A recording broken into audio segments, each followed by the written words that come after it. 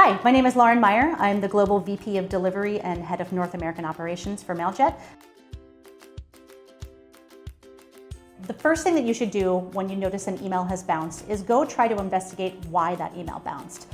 If it was due to a bad address or if it's an ISP block that's related to your deliverability and your sender reputation, understanding that is very, very important. One common issue that we see with customers is when they're targeting re-engagement lists or when they're trying to get some of those users back who haven't been active for 6 months, a year, 5 years. In fact, some customers will say, yeah, of course my bounce rate was incredibly high. I contacted people from 5 years ago.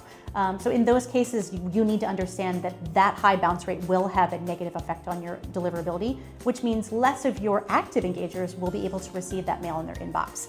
So it's very important to focus on your actives, really consider if someone hasn't opened a mail from you in 6 months or 12 months or longer, they probably aren't interested in the content you're delivering anymore. So it's best to cut those people off your list.